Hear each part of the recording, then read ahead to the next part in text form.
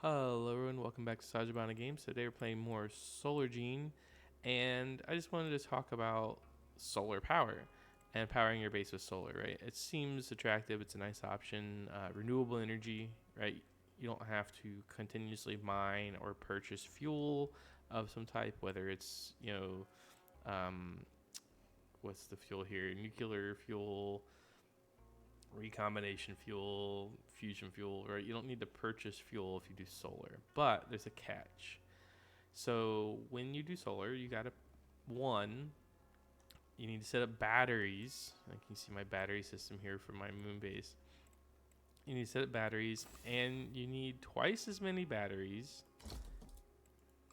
or twice as much storage in your batteries as your sorry, no, you need to generate twice as much as your consumption, right? So for every hour you consume, you need to generate twice as much power so that you can put some of it in the batteries and you'll have it for later, right? It's just basic math. But from there, it gets a little bit more complicated because where you build and what planet you build on will change the length of your day-night cycle, right? So for instance, this base here on the moon, you can see sunrise is in 1 day, sunset is in 16 days. So that's a 15-day cycle, right? My sunrise to sunset, it's a 15-day cycle. Now, when sun sets, I'll have another 15 days before sunrise. So that means I need enough battery power to last 15 days, right? So you gotta take like 15 times 24, and that's how much you need. So when you come down here and you look at your power, like this right now, I'm underpowered. So I need more batteries and more charging because I just built a bunch of new stuff. But like, so right now, total energy generation 3 kilowatts. That's just because I got these 3 little blocks here of the higher level building that I'm starting, which has the higher radiation, higher heat resistance, higher strength, right? And it generates 1 power instead of consuming power. So I'm just playing with starting these, but they're expensive to build. You need this right here, and I don't have enough, so I just built a couple just to see how they would work out. But anyways, energy consumption. So I'm consuming 40,786 kilowatt hours, right? So I need to generate twice of that with my solar if I want to be solar dependent only. Now, just what I need to store for that is approximately 40,000, right, times 24. So that is, let me see, I'm doing the math here in my head. I think it's like 800, 440, 60. I think that's 960 per day, right? And then I got to do that times 15 days. So that would be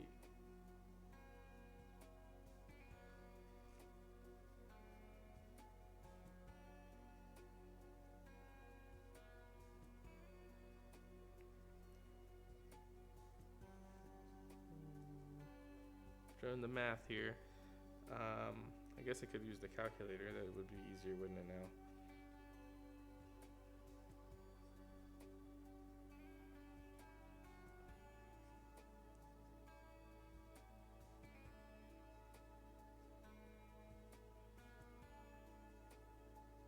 So I think I need 14,400, right? Like technically, not really. It's like 14 million. I need like 14,400,000 kilowatt hours, which, so my battery capacity, I should have just enough here. I think I built enough, but I did it on the last.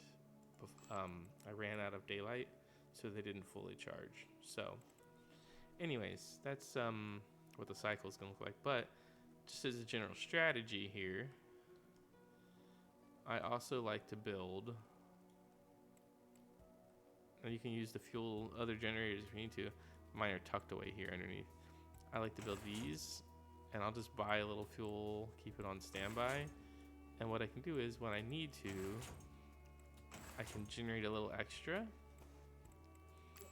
So now I'm generating 20,000. It's only half of what I consume, but it'll extend my battery life so it doesn't die as soon. And I got 8 days of fuel, so the sun will come up and I'll charge a little bit faster. So just to get back to where I need to be. And what we'll do is once the sun comes up, I can turn those back off to conserve the fuel. And if this stays at 100, that means my solar setup is good. Now, it doesn't anticipate things like your defensive weapons, like your lasers, consuming power during this meteor shower, but that's in 34 days. So that's quite a few days off. In Solargene, that's like a long time, in my opinion. So, at least where I'm at, it's a very micromanaged game. It can be fun, it's challenging, but you do have to micromanage.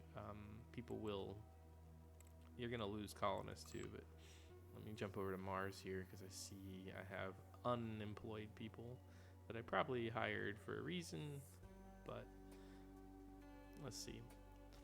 So now Mars, if you're trying to do a solar setup, is going to be much more friendly for you, and I'll show you why here.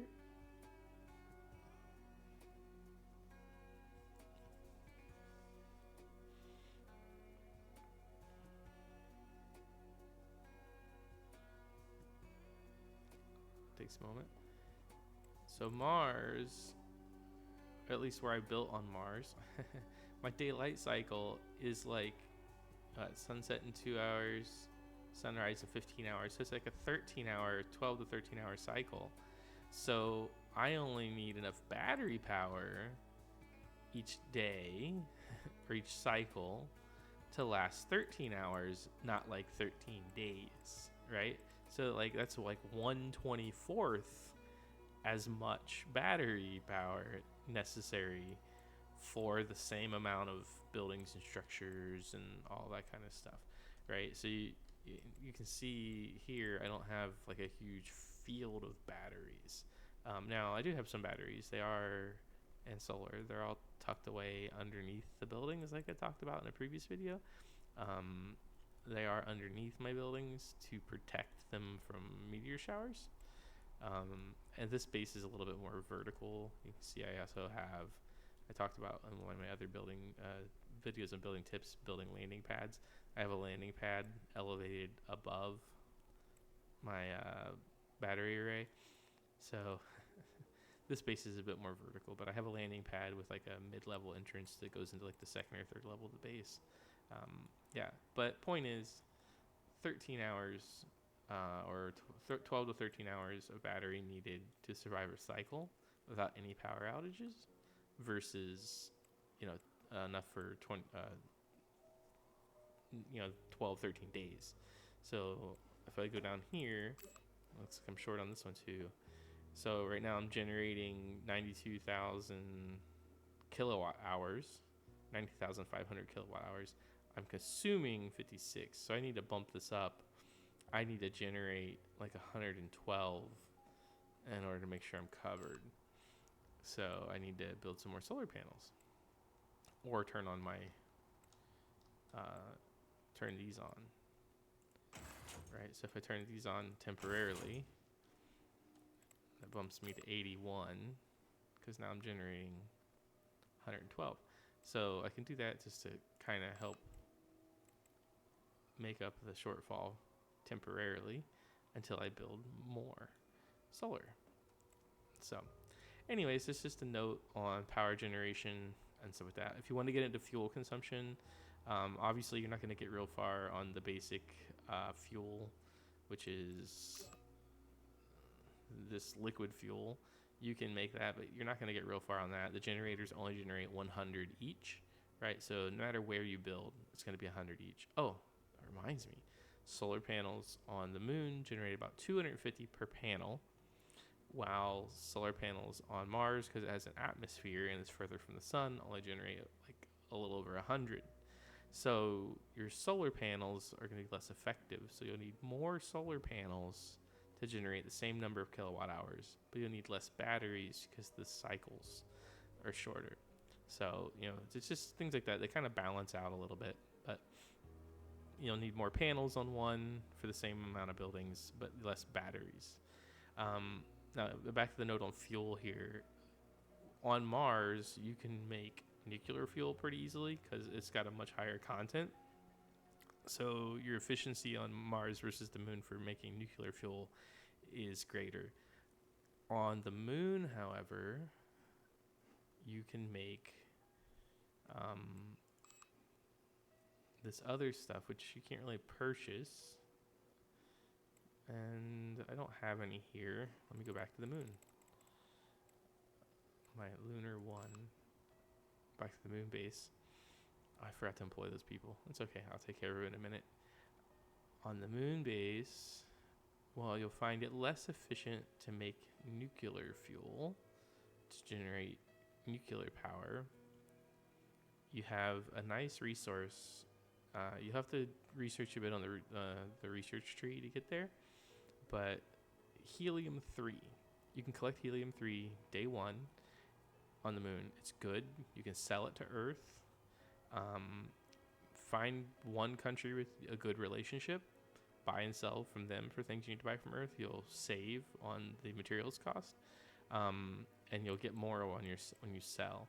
So this right here, helium-3, I collected on the moon. You can't get it on Mars.